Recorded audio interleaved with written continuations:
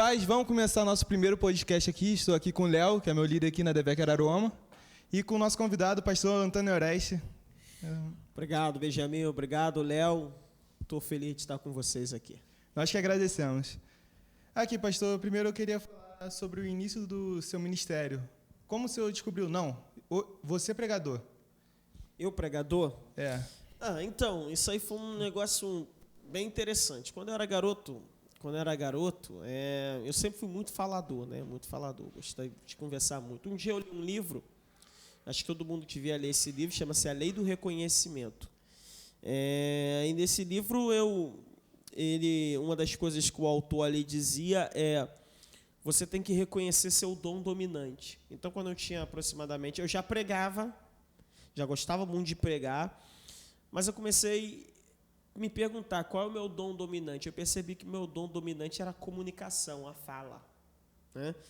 Que era o dom que mais sobressaía em mim. E comecei a investir nisso. E isso acabou me levando para a questão da pregação, do ensino, de falar, de articular. Exatamente isso. Isso foi uma das coisas que me ajudou muito. E o senhor é um dos pastores mais novos da DVEC, não é? Já fui mais novo. Hoje tem muita gente mais nova que eu, mas quando eu fui consagrado a pastor, eu tinha 21 anos. Quando eu comecei a dirigir a nossa igreja lá da Jacupema, eu tinha 20 anos de idade. Então já foi pastor dirigente também, né? Já, algumas vezes. Já dirigi algumas igrejas. Caramba! E como você lidou com isso? Tão novo e com tanta responsabilidade já? Então, Benjamin, o que acontece? Existe coisas na vida que a oportunidade vem e o chamado vem, você simplesmente abraça, acreditando que Deus vai te ajudar naquilo que Ele te chamou para fazer. Eu sempre tive isso muito forte dentro de mim. Qualquer coisa que Deus me chamou para fazer, Ele vai me ajudar. Então, por exemplo, quando eu comecei a dirigir a filial da Jacupema, eu tinha 20 anos de idade, recém-casado. Quando eu me dei conta que eu estava dirigindo a igreja, eu falei: e agora? Nunca fiz gabinete. Nunca dei atendimento. Como é que vai ser isso? Agora, olha só que coisa interessante.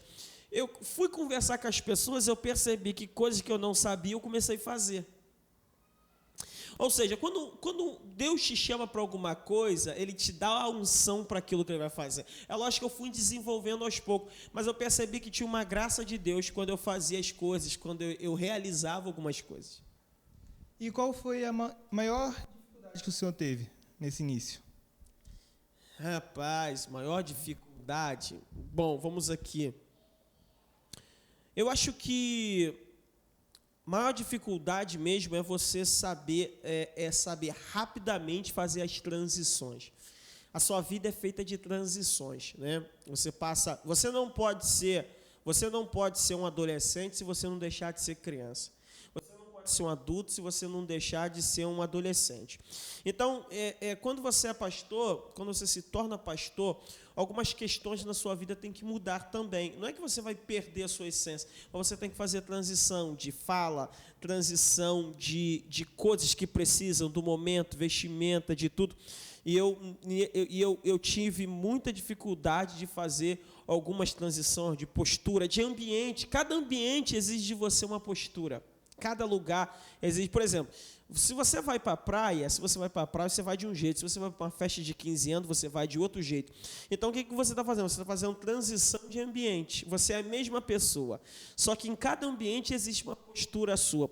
Isso eu tive uma certa dificuldade. Mas a graça de Deus da minha vida me ajudou. Eu tive dificuldade para fazer essas transições. Te fazer uma pergunta, pastor. Essa questão assim da transição que você está falando, pode chamar de você, né? Fica à vontade. Porque tem uma ofensa chamar de senhor. Não. Aí, É senhor porque é casado. Aí, assim, essa questão da Galera, transição. não é vinho não, tá? É o suco de uva da ceia, tá? Todo mundo doidão no suco. Assim, aí você começou sendo pastor de igreja, foi assim? Sim, eu comecei como pastor de igreja. Aí hoje é itinerante, né? Hoje eu sou um evangelista, um pastor, um pregador itinerante. Evangelista. E essa transição assim de pastor de igreja para evangelista, como que foi assim? Então, posso voltar um pouquinho? Quando eu era novo, eu sonhava ser pregador. Eu não sonhava ser pastor de igreja. Eu não me via dirigindo filiais, a gente chamava de congregações na época. Eu me via sendo um pregador, até porque eu escutava muita mensagem, muita pregação. Mas aprove a Deus fazer de mim primeiro um pastor de igreja, para depois fazer de mim um pregador. E sabe que isso me ajudou muito. Por quê? Às vezes eu converso com alguns amigos que são pastores de igreja e falam, pô, Oreste, eu vejo cada camarada, os pregadores, errando de algumas coisas, aí, pô, mas você não faz isso. Aí, o que acontece? Porque eu fui dirigente. Então, quando eu vou pregar, quando eu entro na igreja, às vezes eu não entro com a cabeça de evangelista, eu entro com a cabeça de pastor de igreja. Aí você já entende todo aquele ambiente ali. Eu já entendo mania de pastor, já sei um pouco do que eles gostam, do que eles não gostam, o que irrita. E quais são as principais diferenças de um ministério para o outro? De ser pastor e ser itinerante? Ambos são, no que tange a ministro, não vai mudar, a responsabilidade é mesmo. O que vai mudar é a questão do ofício e da quantidade de responsabilidade que cada um recebe. Por exemplo, um pastor de igreja local, ele tem mais responsabilidade do que um evangelista. Por quê? Um evangelista vem, prega uma mensagem, mas ele vai embora, ele não fica ali para ver o resultado daquela palavra que ele lançou. Ele não fica ali para ver o resultado de uma palavra mal colocada que ele lançou também. Ele não fica. Quem fica ali para resolver aquilo é o pastor dirigente. Tanto se o cara foi bem, tanto se o cara foi mal. É o pastor dirigente que fica ali, tipo, para aconselhar aquela ovelha, dar uma palavra, dar uma instrução, tirar o carrapi, chorar junto com ela. Se tem algum problema, tarde da noite, é para o dirigente, é para o pastor local que aquela ovelha vai ligar. Então, com certeza, o pastor local ele tem muito mais responsabilidade, ele presta conta de relatório. Tem questão de batismo que ele tem que ver. Caraca, quem a gente vai batizar esse mês? Jesus, nós não ganhamos ninguém, meu Deus. E o cara começa. E quando tem problema também é com ele. Tem uma obra na igreja com ele. Tudo é com ele, não. O evangelista não. O evangelista só tem uma preocupação, tem que pregar. Então, desse lado, o pastor que dirige uma igreja, que apacenta o rebanho, tem muito mais responsabilidade. Agora, o pregador tem menos responsabilidade nesse aspecto, mas ele também tem muita responsabilidade. Por quê? Porque ele se torna famoso. E aí, a fama dele traz uma responsabilidade enorme, porque qualquer deslize dele é um problema sério. Aquilo tem um impacto, não apenas local, mas quanto maior o cara, maior o impacto da queda dele. Questão que a gente estava falando da rede social aí também. Sim, hoje, positivo. Tem um montão de gente agora que vai, né, que durante a pandemia, que estava fazendo aquelas questões de culto e tal, né, pela internet, e aí, pô, um molezinho que o cara dava virava um meme, aí, às vezes o pastor da igreja, igual tá falando ali, vai ter que se virar com aquele meme ali, que vai virar um monte de coisa até mais séria, né? Vai se virar nos 30 para resolver. Agora, só voltando aqui, peso que tem sobre o evangelista, tem um peso. No meu caso, não tanto, porque assim, eu sou fora da curva. Em que aspecto? A maioria dos evangelistas dependem de pregar para ter seu sustento. No meu caso, não tanto assim, porque eu sou um pastor em tempo integral da igreja. A igreja me abençoa para que eu me dedique ao ministério. Então, por isso que eu disse que eu sou um pouco fora da curva. Eu agradeço a Deus, agradeço a Assembleia de Deus Vitória em Cristo, meu pastor Silas. Mas o que ocorre? Isso aqui é um problema para os que os evangelistas têm, os dirigentes não têm. Por exemplo, o dirigente sabe que todo mês dele está lá. Está lá. Não. Por exemplo, caiu a agenda do cara, caiu 3 agendas do cara, que ele recebe uma oferta, vamos assim dizer, substancial. Ele, meu Deus, o colégio das crianças. O aluguel. Não acontece comigo, mas eu vejo isso com alguns amigos, principalmente com aqueles que estão começando ainda, tem esse peso. Pastor, mas eu vejo o senhor fora da curva também no nível de ser referência, no nível de ser um pregador bem sucedido. E para o senhor, o que um pregador tem que fazer numa mensagem e o que ele não tem que fazer? Eu vou dizer aqui, eu sempre volto nas perguntas, né? Eu acho que o segredo, eu disse que eu fui pastor, né? Eu acho que o segredo do pregador, hoje, principalmente no século XXI, está antes do púlpito e depois dele. Antes do púlpito e depois dele. Todo pregador precisa entender que quem convida ele, quem cancela a agenda dele é o pastor da igreja. Se ele não entender isso, ele vai ter problema. O cara às vezes está no auge, então ele não liga para isso. Mas, irmão, ninguém fica no auge para sempre. Todo mundo tem seu momento de queda. Então ele tem que criar relacionamentos, criar amizade. Você não deve ser interesseiro, não, mas a vida é assim. Você precisa de alguém para nascer, vai precisar o dia que você morrer para te colocar lá no caixão. Fato. E por que eu falei antes do púlpito e depois do púlpito? Também a conexão com o povo. Eu descobri como pastor que as pessoas decidem te ouvir antes de te ouvir. Elas decidem ou não te ouvir. Então, às vezes, por exemplo, um pregador chega na igreja, não fala com ninguém, não cumprimenta ninguém, vai. Às vezes a pessoa vai ouvir, quando o cara começa a pregar, o cara já fechou o coração. Antes do cara abrir a boca, ele já fechou o coração para ouvir. Então, eu acho que no século XXI, o pregador, o cantor, o pastor de igreja que cultivar isso aqui vai ser um diferencial. Agora, vamos ao cerne da tua pergunta, para eu não fugir da tua pergunta. O que um pregador tem que fazer? Pregar a Bíblia. É verdade. O cara tem que pregar a Bíblia. Cada um tem um estilo. A parte mais técnica é essa. Tudo é isso, né? O cara... Mano, vamos falar aqui um negócio aqui. O cara inventa um monte de coisa, cita fulano de tal, cita a história, cita arqueologia, cita tudo, mas o cara não fala o que Deus disse na palavra. Para mim, o cara tem que pregar a Bíblia. Prega a Bíblia é viva. Eu aprendi uma verdade. A Bíblia não depende da unção do pregador. Tu pode estar mal, a Bíblia sempre vai estar bem. Sempre vai estar bem. Pode não ser teu dia, mas sempre será o dia da Bíblia. É o único livro que está escrito assim diz o Senhor. É o único livro que tem honra pessoal de Deus. Eu velo sobre a minha palavra para fazê-la cumprir. É o único livro que Jesus disse: examinai as escrituras, porque vós julgaste ter nela a vida eterna e são elas que testificam de mim. É o único livro que Jesus falou assim: as escrituras não podem falhar. É o único livro que atinge o ser humano em 3 esferas: espírito, alma e corpo. Hebreus 4:12, que a palavra de Deus é viva e eficaz, mas penetrante qualquer espada de 2 gumes, que entra na divisão da alma e do espírito, entre juntas e medulas, é apta para discernir intenção, desejo e coração. Aqui, ó, alma e espírito. Pegou o espírito, pegou a alma, juntas e medulas. Medula está onde? Dentro do osso. Olha onde a palavra vai, dentro do osso. Por isso que Jeremias vai dizer: quando eu pensei em desistir, eu não consegui, porque eu senti algo queimando nos meus ossos.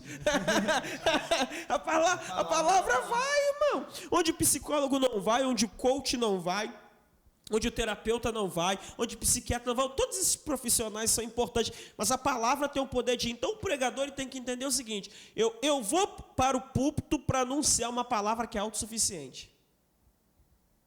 Eu só preciso explicar. O que é pregar? Oreste, o que é pregar? Pregar é explicar o que a Bíblia diz. Acabou. Assim, tem um jeito. Aí é aquele lance que o senhor estava falando do dom... Dom dominante. Dom dominante, né, também. Tem gente que tem essa capacidade de pegar a Bíblia e explicar ela de uma melhor forma. Né? É igual, fosse eu pegar aqui e fosse dar esse show aí igual nesse pouco tempo aí de explicar onde que vai, onde que... Seria um pouco mais complicado. Tem essa questão do... Isso aí, Léo, isso aí que já tem a ver com uma outra coisa, né? Tem a ver com o dom que Deus dá para cada um, a capacidade que Deus dá para cada um. Mas explicar a Bíblia... Isso aí todo mundo tem que fazer. Por que acontece? Quando o povo... Eu aprendi uma coisa. Quando as pessoas vão para a igreja, elas vão para a igreja para ouvir Deus falar, não vão para a igreja para ouvir o pregador falar. Elas gostam até do estilo do pregador. Mas ninguém vai para a igreja para ouvir o pregador. As histórias dele... Não. As pessoas gostam disso. Guarda o teu estilo, gosta do teu jeito, guarda a graça que Deus te dá. Por exemplo, posso utilizar aqui como referência, muito boa, pastor Cláudio Duarte. Quem não gosta de ouvir o pastor Cláudio Duarte contar as histórias dele? O jeito como ele transmite a pregação de uma forma descontraída, todo mundo gosta. Mas qual é a questão cerne? Ele transmite uma lição bíblica. É aqui que o cara tem que fazer. Um conta piada, o outro é mais sério, o outro é do reteté, o outro é mais profundo, o outro é mais simples. Mas todos eles têm o mesmo objetivo. Todos, se o cara não pode fugir disso aqui, pregar a Bíblia. Acabou. Entendeu? Eu fui pregar numa conferência, uma vez os jovens chegaram para mim e disseram o seguinte, eu fui pregar e eles disseram o seguinte, pô, pastor, o pregador que veio ontem não pregou nada. Foi até antiético, eu nunca vi eles falarem. Não, e ele acabou com o pregador anterior e botou uma batata quente na minha mão, ó. Você tem que se virar para compensar o que o cara não fez. Aí, a pandemia estava no início, eu pensei, comecei a pregar e Deus foi me dando graça, eu falei, pô, vou terminar por aqui, porque pessoal de máscara, a gente não está acostumado com máscara e tal, estava no início da pandemia, agora, graças a Deus, já estamos saindo disso. Aí, olha só, aí quando eu anunciei, estou terminando, o povo, não, termina não, termina não. Ou seja, o que aconteceu ali? Só a Bíblia, o poder da palavra, entendeu? Pregar. Sabe, quando eu era um pregador mais recente, eu esperava muito resposta do povo. O que é resposta do povo? Glória a Deus, aleluia, meu Deus é forte, meu Deus é poderoso. Aí você falou, o que o pregador não deve fazer? Então já vou dar, dentre muitas, vou dar uma. Ele nunca pode contar com a resposta do povo. Isso é forte. Sabe o que me ensinou isso? Eu dirigi uma igreja num determinado município, posso falar aqui, Cordeiro, no interior do Rio. Quando eu comecei a pregar lá, eu via que o povo ficava bem parado, me observando assim, ó, uns anotando.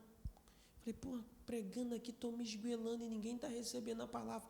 Aí daqui a pouco acabava o culto, alguém, ou na semana, alguém perguntava, pastor, que palavra? Essa palavra falou tanto comigo e que não sei o que. Aí eu amadurecia ali, entendi, tem lugar que as pessoas não ficam o tempo inteiro levantando a mão, aplaudindo. Eu gosto, eu me amarro no lugar que a pessoa levanta, meu Deus, é forte, olha aí, Senhor, é top. Mas eu percebi que tem gente que ele está recebendo a palavra e está aqui, meu pai, era isso que eu precisava. E tal. Se você pregar nas nossas igrejas no sul, ou algumas igrejas no sul do Brasil, é um outro costume, o cara ouve a palavra aqui, ó, mas está ardendo por dentro. E ele não demonstra. Aí sabe o que acontece? Você observa o povo, aí se eles não reagem, você pregando vai desanimando. Porque você acha que você não está com nada. Aí você fala, pô, hoje eu estou ruim mesmo. A oração não serviu de nada, o jejum não serviu de nada. Aí, não espere resposta do povo, pregue a Bíblia. Anota aí. Aí, pastor, mas para quem está começando, aí tem que vencer a barreira da timidez. O que o senhor aconselha?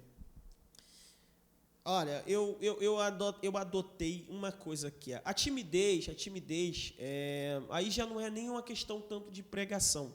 Isso aí vai para qualquer coisa na vida. A timidez. Vocês podem não achar, mas eu sou tímido. Sou tímido. Deixa eu acreditar mesmo. Eu sou tímido. Né? Eu sou tímido. Minha esposa briga comigo porque às vezes eu deixo de falar o que eu tenho que falar e tal, porque eu sou tímido. Quando eu estou pregando, quando eu estou fazendo alguma coisa, eu fico à vontade, mas eu sou tímido. Sou tímido. Uma vez eu fui pregar numa igreja, cheguei cedo. Cheguei cedo, ninguém me reconheceu, até porque, raciocina comigo, anunciando o culto, pastor, uma igreja tradicional, pastor, você já imagina alguém de 40 para cima. Antônio, 45. Oreste, 60. Quando desce do carro... 60. Não, aí eu entrei na igreja, deixei o carro do lado de fora no estacionamento, entrei, e pá. Aí eu olhei ali do lado, cheguei bem antes de começar o culto, a igreja ainda estava vazia, não tinha ninguém, eu vi os obreiros ali, fiquei sem jeito de me apresentar. Opa, sou o pregador e tal, sou o pastor. Fiquei sem jeito, porque o que acontece? Eu não sei se eu ia estar incomodando, então eu entrei e fiquei na igreja. Sentei no banco e fiquei. Fiquei lá, o culto tá rolando, pá. Aí daqui a pouco começou o culto começou a rolar, a igreja começou a encher, pá. Aí deram oportunidade para um, deram oportunidade para outro, e os caras nada de me procurarem, nada de saber quem é. Foi chegar na hora da palavra, eu comecei a ler o lábio dos obreiros que estavam ali, a pessoa que estava dirigindo o culto, como se dissesse, cadê o pregador? Eu li o lábio do cara falando com o outro, cadê o pregador? Aí eu... O pastor já preparando a mensagem que ele ia para te substituir. Aí... um obreiro virou para ele e falou assim, ó, tem um rapaz que está ali antes de começar o culto. Aí ele vieram também, você é o pastor, não é que vai pregar? Eu falei, pô, pastor. Então, eu fiquei sem jeito quando eu cheguei de falar com o cara. Quando começou o culto, também ninguém veio me perguntar, veio nada, o seu pastor e tal. Até porque na nossa igreja tem esse costume, já identifica, ô pastor, vem cá, senta aqui e tal, tá precisando de alguma coisa. Então eu fiquei sem jeito, eu fiquei tímido de falar com o cara, aí foi engraçado isso. Então o que acontece? A timidez, todo mundo, eu acredito que a maioria das pessoas são tímidas, algumas pessoas são extrovertidas demais. Agora, quanto ao cara pregar, quanto ao cara dirigir, eu acho que todo pregador, todo ministro, todo cantor tem que ter uma coisa na cabeça. Irmão, se essa oportunidade está comigo, é porque Deus vai me usar. Deus vai estar comigo. Vai acontecer alguma coisa. Eu subo o púlpito assim. E quando tem algo que me... Vou contar um segredo para vocês. Posso contar um segredo sobre timidez? A gente não conta para ninguém, não. Fica tranquilo. Tá ok. Um dia os camaradas me perguntaram assim, pastor, como é que é pregar com o pastor Silas perto de você? Meu Deus. Pô, aí... não é nem questão de timidez, né? Eu nunca falei isso pra ninguém. Assim, publicamente. Como é que é pregar com o pastor Silas? Pô, outro dia eu estava te vendo pregando lá na sede, pastor Silas no púlpito, pastor Dilton, vice-presidente. Ali embaixo, só fera, grandes conferencistas, pregadores. Pastor, graças a Deus, a nossa igreja, a Assembleia de Deus Vitória em Cristo, é uma igreja de pastores profundos na palavra, que não são evangelistas, mas são profundos na palavra. Eles falaram para mim assim, me perguntaram, como é que é isso? Eu falei, cara, vou te ensinar um truque. Ele disse, o quê? Eu falei, quando eu era novo, eu morava ali na Vila Cruzeiro e tinha uma época que tinha muito cachorro. E os cachorros, eles eram terríveis, eles só corriam atrás das crianças. Aí eu descobri por quê. Porque a criança viu o cachorro, ficava com medo, e o cachorro sentiu medo e vinha para cima. Tinha uma cachorra perto de casa, chamava Sulamita. Tu passava com medo, ela te avançava. Aí descobri um segredo. Qual era o segredo? Você tinha que passar e não demonstrar que estava com medo. Então passava, estufava o peito, Você passa perto do pitbull. estufava o peito e passava. Era interessante, ela não te avançava, Sulamita. Aí, o mesmo truque eu levo para o ministério. Quando eu estou no púlpito, que tem alguma coisa, se está me incomodando, alguém está me deixando tímido, eu ignoro. Estufa o peito, né? Eu estufo o peito, finge que não estou vendo e penso o seguinte, Deus está comigo, tem uma multidão ali e eu preciso pregar para elas. Mas fulano está ali. Na minha cabeça ele não está. Saiu do caminho. Por quê? Porque se eu ficar pensando, rapaz, olha quem está aqui hoje, tu vai travar. Então você, no bom sentido da palavra, você pensou, para fulano não está aqui, Beltrano não está aqui. Só tem esse povo aqui que eu preciso pregar a palavra. Foca na missão. Pastor, o meu pai conhece o senhor desde muito novo. E tem algumas histórias que eu escuto sobre o senhor há já algum tempo. E que eu queria saber se tem alguma história dentro dessa história. Pode falar você mesmo. Meu pai dizia que você saía pregando e entregando folheto na rua. Assim, normalmente, sem ninguém mandar, nem nada. Você ia por você mesmo. Tem alguma história que aconteceu, alguma coisa engraçada, não sei? Pregando na rua? Assim. Ó, eu sempre tive uma alma de evangelista, sempre fui apaixonado por almas. Tem várias. Uma vez eu fui pregar para um cara, aí ele foi andando na rua e eu andando do lado dele e comecei a pregar para ele. Eu senti a oportunidade de pregar e comecei a pregar para ele. Aí sabe o que aconteceu? Foi engraçado. Ele falou para mim, não quero ouvir mais isso. Mas eu não entendi direito o que ele estava falando. Eu ouvi, mas não entendi direito. Aí eu tentei falar com ele de novo para ver o que ele queria dizer com aquilo, né? Mas também, se eu entendesse que ele não queria ouvir, eu ia sair de perto dele. Ele pegou uma ripa, um pedaço de pau e falou, some daqui, senão eu vou te dar uma coisa. Acho que não precisou explicar mais, né? Caramba! Eu vazei. Mas já tive muita oportunidade boa, já ganhei gente assim, dentro do ônibus.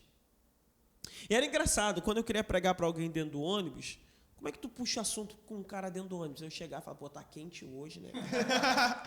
Para ver se o cara falava alguma coisa. É mesmo, pô, esse ônibus sem ar-condicionado. Esse motorista. Pô, não sei o que, tu puxava assunto dali, do cotidiano. Aí, quando eu percebia que o cara mordia a isca, aí eu entrava com alguma coisa. Por exemplo, se eu estivesse falando de calor, eu entrava com refrigério. Pô, e Jesus... Já é o gatilho. Já é o gatilho, eu já botava. É a palavra, o Senhor refrigera a nossa alma e tal. Eu entrava por ali. Passasse perto de algum fogo e o inferno vai ser... Eu sempre gostei de pregar com analogias, já era desde novo. Pastor, mas tem algo sobre chamado que o senhor sempre fala para mim, de como descobrir seu chamado. Eu gosto muito de ouvir quando o senhor fala sobre isso. Então, como descobrir o seu chamado? Essa questão do dom dominante aí, isso aí é um carro-chefe. Raciocina comigo. O que é isso aqui? Microfone. Um microfone. Para que serve um microfone? Amplificar a voz. Amplificar a voz. Ele vai captar o som, né? No nosso caso aqui, a gente está numa sala gravando aqui, você está acompanhando pelo vídeo, mas você em casa não sabe. Mas o computador que está com... qual é o nome daquele troço? O aparelho, o receptador, né? Analogia aí já vindo. Tá conectado à mesa de som. Tá conectado à mesa de som. Tá aqui embaixo na igreja. A gente está numa sala aqui em cima, gravando isso aqui. Então, olha só. O microfone serve para isso. Quando o camarada estava lá na fábrica para criar o microfone, ele não parou e pensou, vamos pegar plástico, um pedaço de metal, alguns condutores elétricos, jogar na máquina aí. E saiu esse troço aqui. Não. Ele parou, pensou, eu preciso de algo para captar som, precisa ter tantas gramas, precisa captar tantos decibéis, pelo menos, e ele criou algo com um propósito. Então, o que é propósito? Propósito é a razão pela qual alguma coisa existe. Você não cria teu propósito de vida, quem cria teu propósito de vida é quem te criou. Você só descobre. Lutar contra seu propósito é lutar contra si mesmo, porque quem te criou já colocou dentro de você todas as peças necessárias para você dar certo naquilo que ele fabricou e projetou para você. Então veja só, se eu pegar esse microfone que serve para captar som, nós estamos fazendo aqui uma feijoada, não tem colher de pau nem concha para mexer. Eu posso pegar o microfone e mexer a feijoada? Nem fala isso não, sou sonoplasta, isso dá até uma dor no coração já. Agora, olha só. Se eu pegar o microfone e mexer, sabe o que vai acontecer? Primeiro, o microfone vai estragar a feijoada.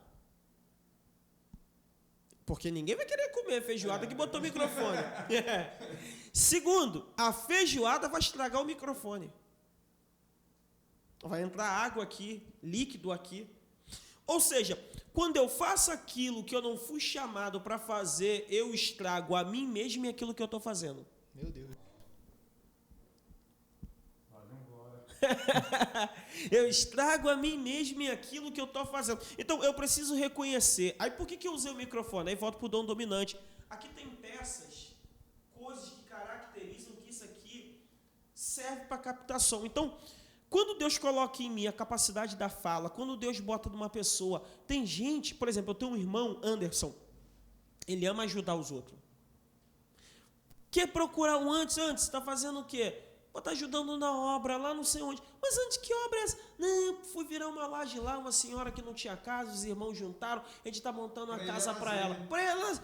Antes, o que você está fazendo? Não, cara, tem uma igreja lá, não sei aonde. Eu, cara... É da natureza dele, ele gosta. Tá fazendo o quê? Não, fui ajudar ali. Ele me chama de fechamento. Não, fechamento. Fui ajudar ali no negócio. O negócio dele é ajudar. É um dom que ele tem. É algo que está dentro dele mesmo. É algo que está dentro. Então, eu preciso reconhecer meu dom. Por quê? Não faz sentido Deus ter colocado algo em mim para não funcionar. Primeiro, o dom. Segundo, que você tem que reconhecer. Você tem que reconhecer aquilo que te irrita. O que te irrita é o que você foi chamado para consertar. Que é o que te incomoda. Por exemplo, quando uma pessoa, ela começa a dizer a igreja não está evangelizando, não é para ele falar para os outros que a igreja não está evangelizando, é para ele evangelizar. Ele não entende, só que ele quer mandar os outros. Por exemplo, quando uma pessoa chega na igreja e reclama que na igreja não tem salinha para o filho dela, é o Espírito Santo gritando no ouvido dela, vai lá se voluntariar. Eita. Vai lá se voluntariar. Porque, assassina comigo, Moisés, antes de Deus chamar ele para libertar os hebreus, ele viu um egípcio maltratando um hebreu e foi defender o egípcio. Foi defender o hebreu, tirar da mão do egípcio. Ou seja, aquilo que o irritava foi o que Deus o chamou para consertar. Você tem Neemias. Quando ele recebe a notícia de que os muros da cidade estão destruídos, cidade queimada a fogo, ele chora. Você não vê no texto Deus falando, Neemias, vai lá reconstruir Jerusalém. Não tem. Gera um incômodo. Então, aquilo que te irrita. Por exemplo, eu vejo as pessoas reclamando, falar que em Brasília só tem ladrão. Mas o camarada não quer se levantar, não quer ajudar, não quer falar para melhorar a política. Então, aquilo que está me irritando é o que eu tenho que me levantar para fazer. Fato, isso é fato. Então, o que me incomoda, aquilo que também que você tem paixão. Por que Jesus é o Salvador do mundo? Ele tinha paixão por almas. Ele tinha tanta paixão por almas que ele morreu por almas. Aquilo que você tem. Deu a vida por aquilo. Alguém disse que você tem que encontrar uma coisa pelo qual você daria a sua vida. Aí eu termino aqui dizendo uma coisa para você. O que é que você faria pelo resto da sua vida se você não recebesse salário?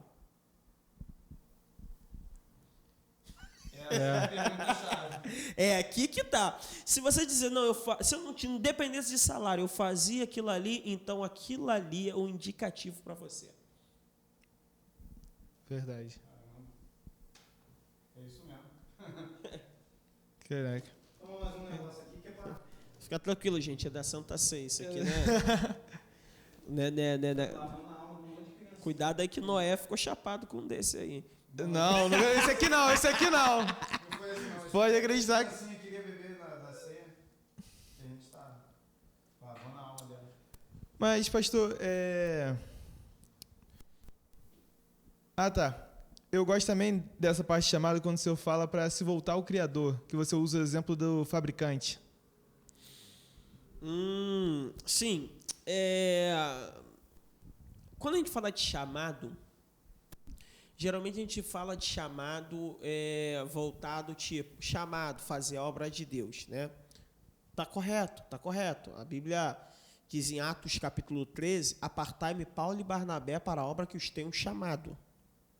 Só que é importante quando você vai estudar na Bíblia, você observar a primeira vez que aquela palavra ocorre. Isso é legal, você fazer isso.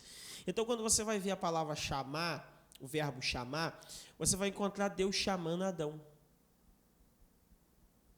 Então, você vai perceber que chamado é, antes de mais nada, você se voltar para o Criador. Porque você pode fazer a obra de Deus perdendo Deus de vista.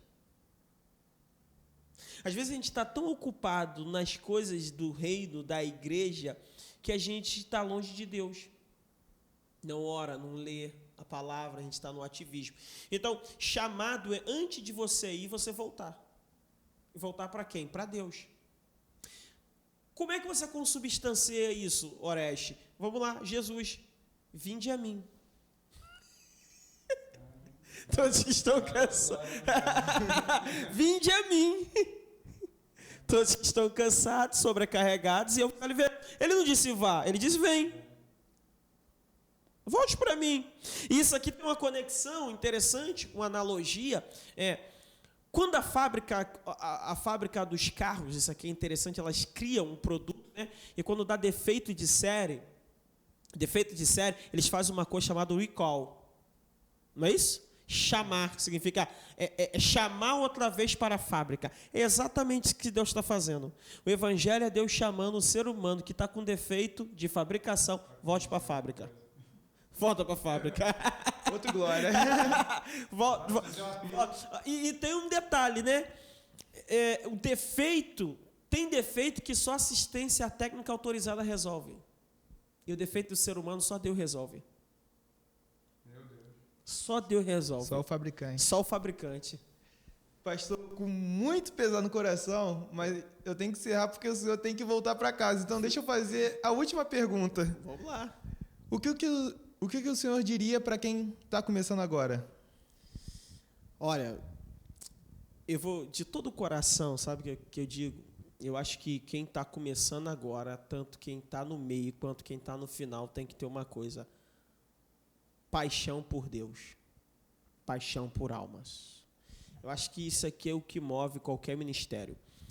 Sabe por quê? Por exemplo, eu vou dar um exemplo para você. Eu hoje sou um pregador, Deus tem me abençoado, tem me levantado, tem aberto portas de convite para mim. Por exemplo, esse mês, se alguém me convidar, não tem mais data.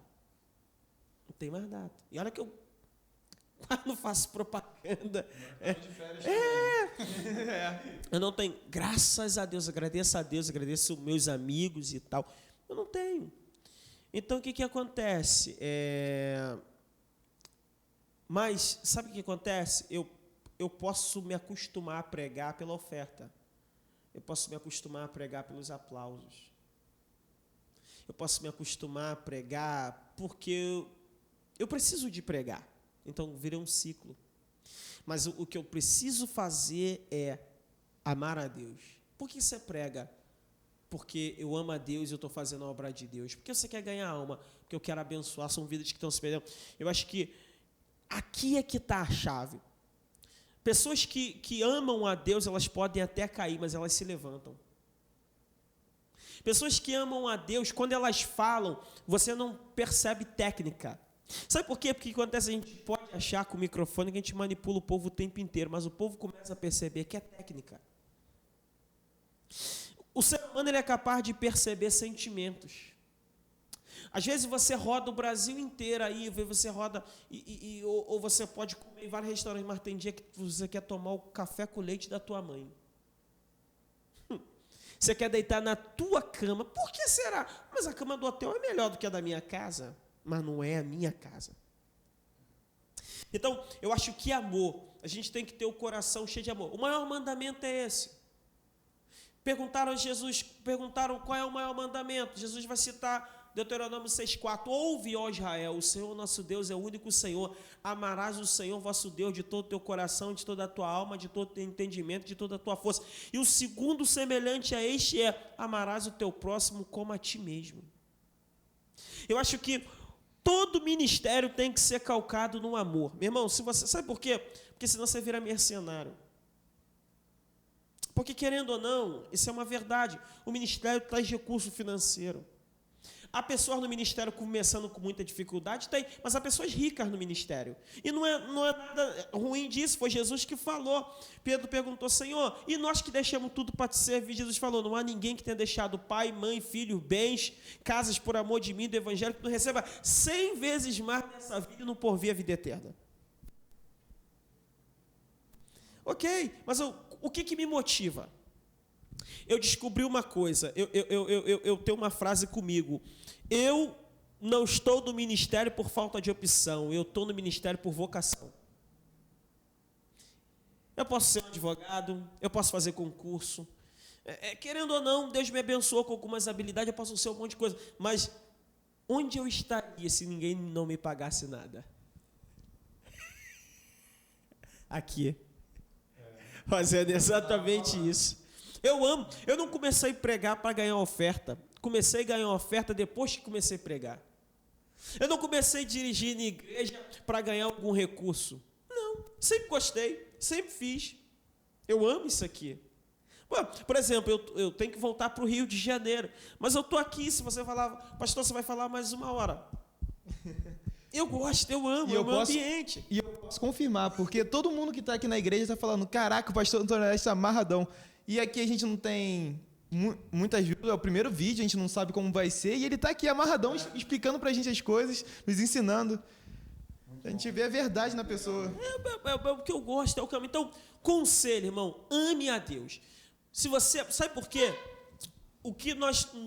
Olha só, invista em tecnologia, monte seu canal no YouTube. Você que está me ouvindo aqui agora, você que é novo pregador, pô, pastor, não tenho muito convite. Cara, você tem a internet, um campo gigantesco. Prega na internet, prega no TikTok, prega no Instagram. Essas redes sociais novas que estão surgindo, você vai ter oportunidade, porque elas vão distribuir mais, porque elas precisam de novas pessoas naquela plataforma. Então, monte tudo isso, mas, pelo amor de Deus, o mundo já está cheio de artista. O mundo já está cheio de pessoas, cheio de técnicas. O que nós estamos precisando nesse momento é de pessoas que o coração delas queimam por Deus, queimam por almas, queimam por vidas. Ainda que a tua palavra não seja tão profunda e tão rebuscada, mas seja cheia de graça, cheia de unção, cheio de amor, cheio de poder, que com uma simples palavra, tudo bem? Como vai? Posso te ajudar? Você possa passar Deus para quem está te ouvindo. É isso o meu conselho. Muito obrigado, pastor, por ter vindo aqui, por ter nos dado essa aula. Tamo junto. Deixa eu invadir aqui o tempo deles, eles que estão comandando tudo aqui, mas eu estou tão à vontade que eu invadi aqui a parte dele. E se você quiser, já mande aí nos comentários aí. Gostaria de ouvir uma outra sobre esse tema, uma outra palavra, pode ser comigo, ou com outro pregador, ou com outra pessoa qualquer. Gostaria de ouvir, bota aí no comentário. Outra coisa, deixa teu like, se inscreva e comente, cabra. É isso aí. Sabe por quê? Deixa eu dizer uma coisa. Às vezes tu ouve a parada é maneira, mas o Instagram não entende que o vídeo é maneiro, o YouTube não entende que o vídeo é maneiro, se você não curtir, se você não comentar. Para gerar engajamento, abençoar outras pessoas. Recomenda, compartilhe. Se você não compartilhar, tu vai ouvir minha voz atrás de tu. Miserável. Muito obrigado, pastor. Tamo junto, gente. Valeu. Valeu.